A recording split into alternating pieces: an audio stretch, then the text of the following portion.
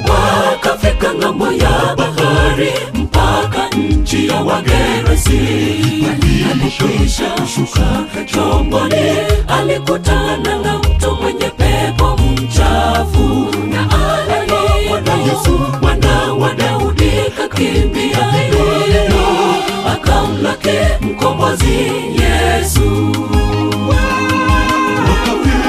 Wakafika ng'ambo ya bahari, mpaka nchi ya Wagerasi.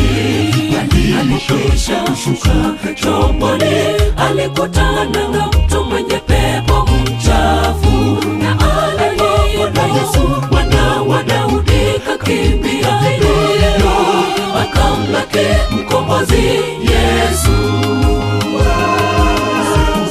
Siku zote usiku na mchana alikuwako makaburini, na milimani kapiga kelele, kajikatakata kwa mawe.